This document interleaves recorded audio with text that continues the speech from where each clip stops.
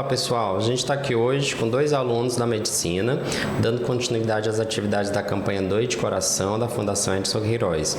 Meu nome é Geraldo Bezerra, sou professor do curso de medicina, nefrologista, e hoje a gente vai falar um pouco sobre transplante de órgãos com os alunos Isadora Maria Rodrigues, que está no internato da medicina.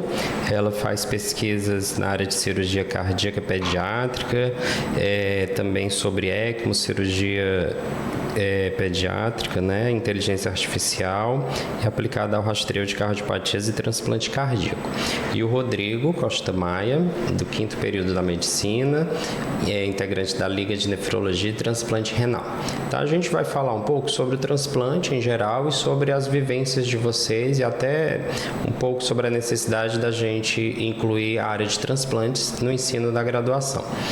Primeira coisa que eu queria falar com vocês é o que motivou vocês a escolherem essa área de pesquisa e para se aprofundar durante os estudos da medicina, né? Então, começando com a Isadora, por que você escolheu trabalhar com transplante cardíaco e mais especificamente transplante cardíaco pediátrico? O que te motivou a entrar nessa área? Então, eu acho que não fui eu que escolhi o transplante, eu acho que o transplante chegou a me escolher. Eu comecei estagiando através do INCOR Criança, que fica aqui no Parque Manibura, né? E é vinculado também à Unifor, na área da cirurgia cardíaca pediátrica, acompanhando o Dr. Valdester Cavalcante, tanto no Hospital de Messejana, como no Hospital Unimed Sul, que são os 2 principais hospitais que hoje em dia ele atua. E, assim, era mais cardiopatia congênita e tudo, até que chegou um dia aqui de madrugada, ele mandou mensagem pra mim, Isa, você está acordado? Se você quiser ter um transplante, tô indo. Aí eu chamei uma outra colega também da Escola de Pediatria, do INCOR Criança, que é a Maria Vitória, a gente foi e eu fiquei assim, apaixonada, foi incrível ver como realmente foi a possibilidade de uma nova vida para aquela criança, né? Foi um fim que acabou gerando um novo começo, e ainda mais uma criança que eu acredito que me apaixone bem mais a acompanhar o transplante cardíaco pediátrico do que o adulto, porque a criança ela não tem culpa nenhuma daquilo que ela tem, né? Às vezes é uma miocardiopatia dilatada, pós-infecciosa, às vezes é uma hipoplasia do coração esquerdo que foi diagnosticada muito tardiamente. Já o adulto, ele passou a vida inteira meio que às vezes bebendo, fumando, tendo várias complicações, às vezes ele teve várias chances, já passou por revascularização do miocárdio, já colocou um stent e agora só o jeito foi o transplante, né? Então, assim, eu fiquei completamente apaixonada a partir desse dia. Comecei assim, a gente sabe que transplante cardíaco pediátrico ele tem um volume bem menor. E aí comecei a fazer uma base de dados, comecei a fazer pesquisa aqui em Fortaleza mesmo, até que eu tive a oportunidade e fui convidada para continuar na área do transplante cardíaco no núcleo de pesquisa do INCOR, em São Paulo, lá pela USP. E aí lá eu acompanhava mais transplante cardíaco adulto. E aí pronto, aí foi o meu fim. Porque aqui o que acontece? Os médicos, como, por exemplo, o Dr. Valdester faz o transplante cardíaco pediátrico, ele também faz cardiopatia congênita, ele passa muito tempo operando. Lá são vários núcleos, lá no INCOR, né? Então, por exemplo, tem o núcleo de transplante, tem o núcleo da coronária, tem o núcleo da congênita. Então, o pessoal do transplante, eles ficam muito tempo aguardando, tipo, ter uma oferta, que aí quem recebe são as enfermeiras e tudo. Então, eles têm muito tempo lá no núcleo. Então, era uma oportunidade de aprendizado absurdo. Eles ensinavam de tudo, assim, pra gente na área do transplante. E acabava que as discussões fomentavam novos vieses de pesquisa. E aí lá eu colaborei com a construção de uma base de dados do transplante cardíaco do INCOR. Então a gente pegava dados do doador, dados do receptor, tempo de isquemia, cidade, o hospital onde foi feito e tudo. E acabou que eu desenvolvi muito lá também com uma professora que ela fez pós em Harvard, ela era mestranda em estatística lá pela USP, só na área de cirurgia cardíaca, as pesquisas dela. Inclusive, ela tem um contato muito, muito próximo com o criador do Eras. Então, assim, ela, nesse sentido, ela era absurda. E eu aprendi muito de pesquisa com ela, porque era a área dela. Muito bom. E E então eu juntava essa área da pesquisa, da base de dados, da estatística com os próprios cirurgiões cardíacos que faziam transplante. Então assim, eu fui me aprofundando cada vez mais e pesquisando, e hoje em dia assim, eu sou completamente apaixonada pela área.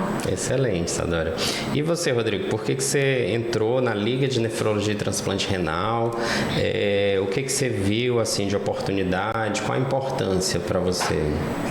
Quando eu entrei na Liga de Transplante Renal, na verdade, eu entrei muito mais pela parte clínica de nefrologia, né?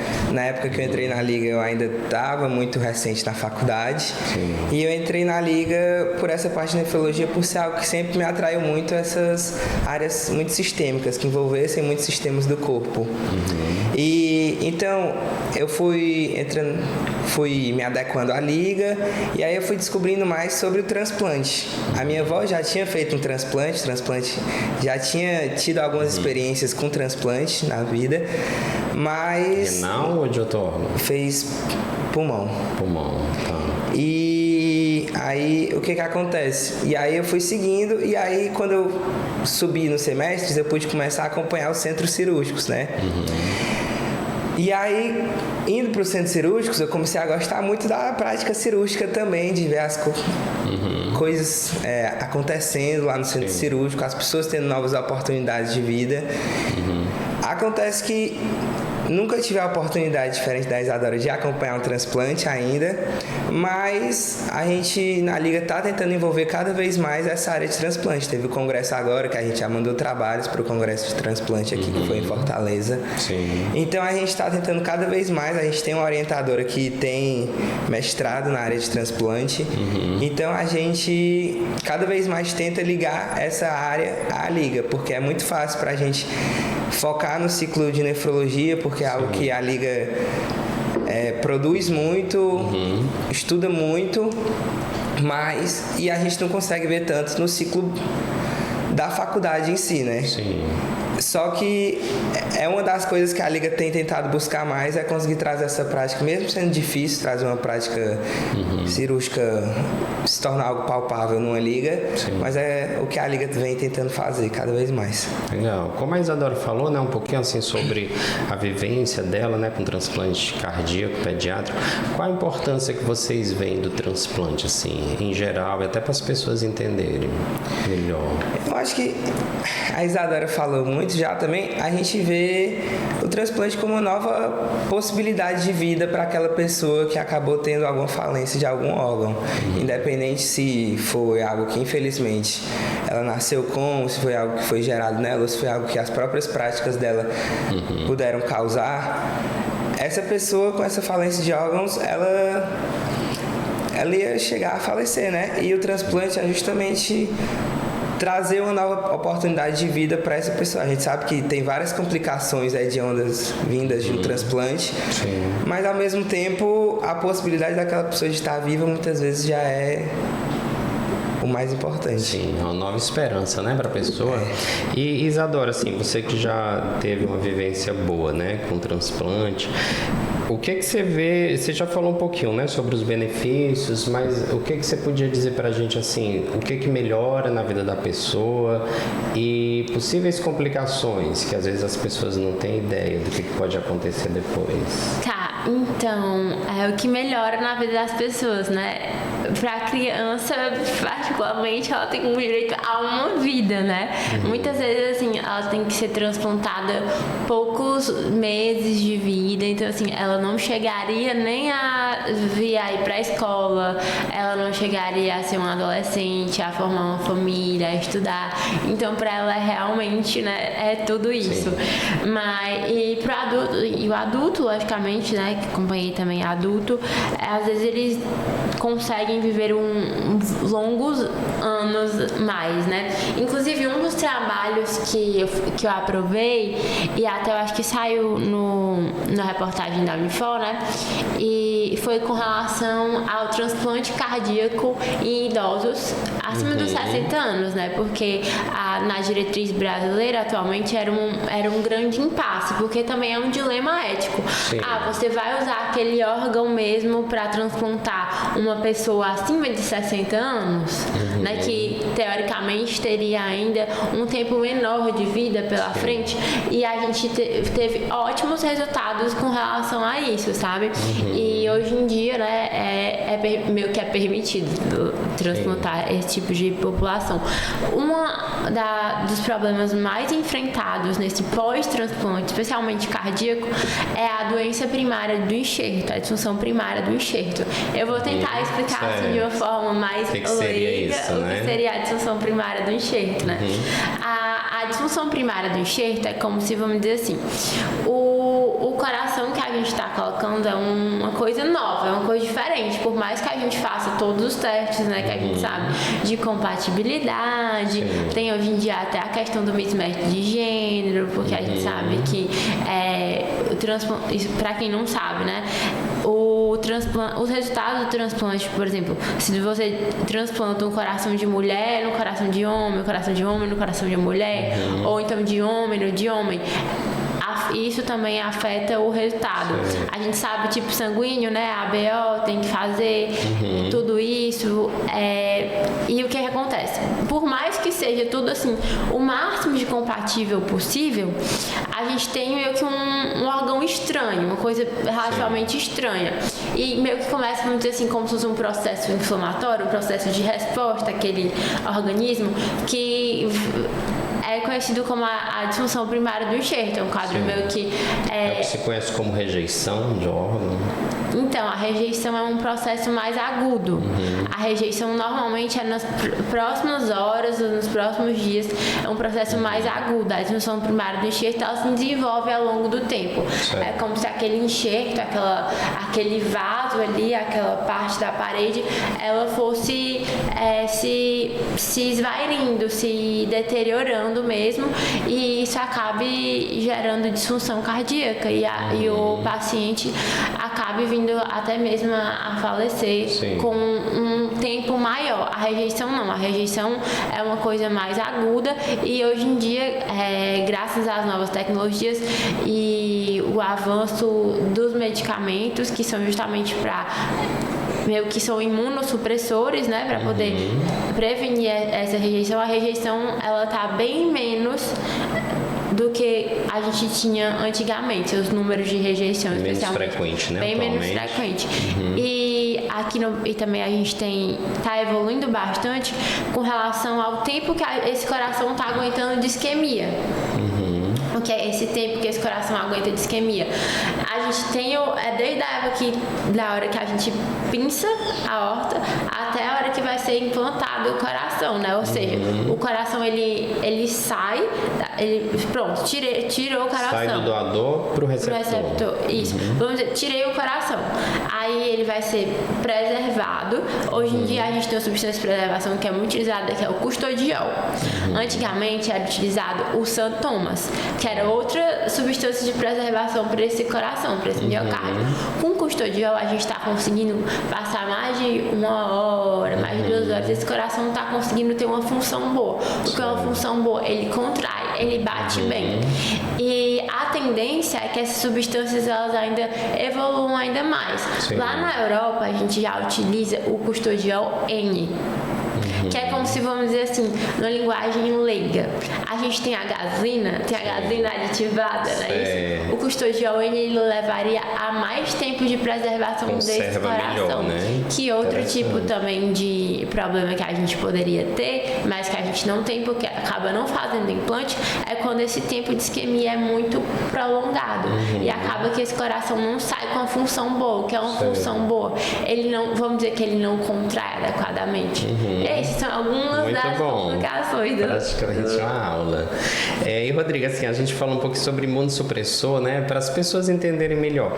O imunossupressor baixa a imunidade, né, da pessoa, exatamente para não ter rejeição. O que você pode falar assim, sobre os problemas disso? O que pode causar você baixar a imunidade da pessoa que recebeu um transplante? Eu acho que... muita coisa para falar para um imunossupressor. Mas eu acho que o principal problema é que com a imunidade baixa, isso vai afetar, de certa forma, o corpo todo, né? Você pode ter, então, você vai estar muito você vai estar muito predisposto a adquirir qualquer outra doença oportuna. Então, por exemplo, só pegar... Infecções, né, que a pessoa pode ter. Só pegar, por exemplo, quanto uma pessoa com um vírus HIV sofre pela imunossupressão e não pelo vírus em si. Sim. Essa pessoa vai estar muito mais predisposta a pneumonias, tuberculose, doenças respiratórias, doenças... doenças de fígado, enfim, doenças que afetariam o corpo todo de uma forma generalizada. Exatamente. E aproveitando assim esse gancho, né, dos possíveis problemas, quais cuidados a gente tem que ter com a pessoa que vai receber o órgão? É importante, a Isadora vai saber falar melhor do que eu, mas existe todo um questionário para essa pessoa. A gente não pode simplesmente doar um órgão para uma pessoa que não vai cuidar bem dele, né? Tem um preparo, né, antes do transplante. Tem todo um preparo para essa pessoa. A gente não vai querer doar um órgão para uma pessoa que a gente vê que, por exemplo, um pulmão para uma pessoa que mantém os hábitos que destruíram o pulmão dela, de fumar, uma pessoa que está... Sim. E também o fator de que a gente tem que entender em quem aquele órgão poderia ser compatível, né? Não é simplesmente pegar um órgão e doar para o primeiro da fila. Tem que ver toda uma questão de compatibilidade da pessoa com o órgão e todo um estilo de vida, uma mudança, uns cuidados, se ela está predisposta, por exemplo, a ter uma imunossupressão. Sim. Tem que ter todos esses cuidados com a pessoa que for receber o órgão. Excelente, pode falar. Eu tenho uma história assim bem legal para falar com relação a isso, para ilustrar esses cuidados, né? O que a pessoa precisa ter antes dela receber o órgão. Então, eu não sei se vocês já ouviram falar numa espécie de ventrículo artificial chamado de HeartMate, que hoje em dia é uma ponte para o transplante. Inclusive o HeartMate, ele prioriza mais aquela pessoa, porque eu acho que talvez seja até um ponto que o senhor ainda vai chegar com relação à priorização, né? A gente tem uma ordem de priorização de acordo com as condições clínicas, de acordo com a função do órgão daquela pessoa, que ela vai ter uma ordem de prioridade da fila de transplante. E o HeartMate, ele coloca a pessoa lá em cima da fila do transplante. O que acontecia com muitas crianças? Elas precisavam muito, só que o que acontece?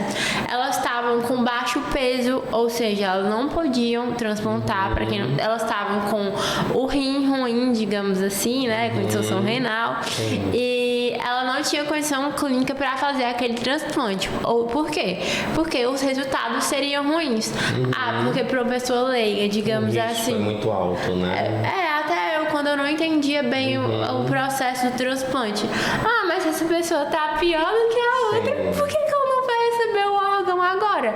Porque por mais que ela esteja ruins condições, né, com condições ruins, ela precisa ter condições apropriadas para receber aquele órgão. Por quê? Porque senão ela vai receber e por mais que o órgão seja bom, ela não vai funcionar no corpo dela, porque o corpo dela não tinha condições para sustentar, né, para poder funcionar adequadamente. E com o advento do HeartMate agora, as crianças elas conseguem ganhar peso, porque é como se, vamos dizer, um ventrículo artificial, né? Como se fosse uma parte daquele coração daquela pessoa tá sendo meio que artificial e tá funcionando. Tipo para ajudar a bombear o coração, né? Isso. O sangue. Isso. Aí eu passei agora no meu letivo lá em São Paulo, né? E lá em São Paulo tinha o HeartMate. Então eu vi duas crianças ganharem peso, ficarem com a função renal muito melhor, assim. Clinicamente você via a melhora, assim, tanto tinha uma que ela era mais grandinha, ela já conversava. Eu passava e ficava tão feliz, assim, de trocar, de ver como é que ela tava, porque eu via aquela melhora clínica e depois que elas conseguiam a condição adequada, em uso do HeartMate, pra ir pra cirurgia, tinha outra que tinha, acho que 3 ou era 4 meses, ganhou peso, fez fisioterapia, conseguiu fazer exercício da fisioterapia e tudo, e aí sim sim, ela entra de novo na lista de transplante, que é a lista para poder receber o órgão, né?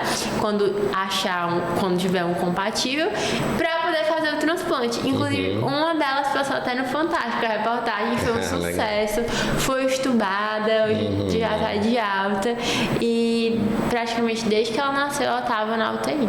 Maravilha. E agora, indo um pouquinho para a questão do doador, né? Rodrigo, o que você pode falar pra gente, assim, para explicar? Primeiro, quem é que pode ser doador? Tipo assim, se fala muito na questão da morte encefálica, né? Que às vezes as pessoas não entendem por que vai doar os órgãos. Por exemplo, se o coração da pessoa ainda está batendo, né? E quais cuidados você tem que ter com essa pessoa que faleceu e vai doar os órgãos? Tá, essa morte encefálica é justamente...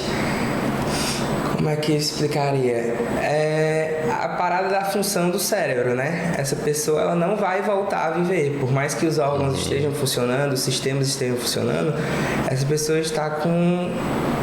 não vai voltar a viver. Então, por exemplo... E tem exames, né, para comprovar? Tem eletrocefalograma, tem exame de imagem, né? Então, não é uma coisa assim, como é que se diz? É muito criterioso, né, para poder dar esse diagnóstico. E é um processo demorado, porque é muito difícil, justamente. Você vê os órgãos de uma pessoa funcionando e a pessoa ser dada como morta. Então é todo um processo criterioso, demorado, que requer os exames para ter a certeza. E com a certeza dada desse óbito, aí sim você vai para o transplante, se essa pessoa... a família tem que permitir ou essa pessoa tem que ter dado, né? Sim. O aval dela enquanto viva. E aí, nesse caso, essa pessoa vai ter os órgãos transplantados. Mas aí você tem que ver problemas de saúde, regresso dessa pessoa, se ela já teve alguma complicação, internação, qualquer coisa que possa ter comprometido algum órgão ou sistema dessa pessoa. Visto isso, com os órgãos todos funcionando bem, aí você vai atrás de pessoas que sejam compatíveis com os órgãos que esse doador tem, né? E aí você finalmente faz todo esse processo criterioso para ver se a pessoa que vai receber o órgão vai ter essa capacidade de receber o órgão, vai ter essa capacidade de dar sequência com esse tratamento, porque tem o transplante, mas depois tem todo o processo de imunossupressão para manter o órgão e tudo mais. Então tem que ter todo esse cuidado entre o doador e quem doa e quem recebe, né, o órgão. Perfeito. E essa questão, né, da família que tem que autorizar, né, no Brasil, a doação de órgãos. Então, por que é importante a gente, assim, as pessoas em geral falarem a sua vontade, né? Se você quer ser doador ou não, caso, né, aconteça alguma coisa. Você teve essa experiência, Isadora, no INCOR, de conversar com as famílias para entender o que a família acha, se vai autorizar, porque é um momento muito delicado, né, na área de transplante. Então, o que acontece no INCOR eu já tive a oportunidade de ir para alguns processos, mas a equipe que vai captar, ela não pode ter um mínimo contato com a família da pessoa que está doando, com os próprios médicos, assim, é uma coisa assim bem juridimentada mesmo, são normas. Sim. E assim, eu respeito absurdamente, eu acredito que seja muito plausível e certo isso acontecer.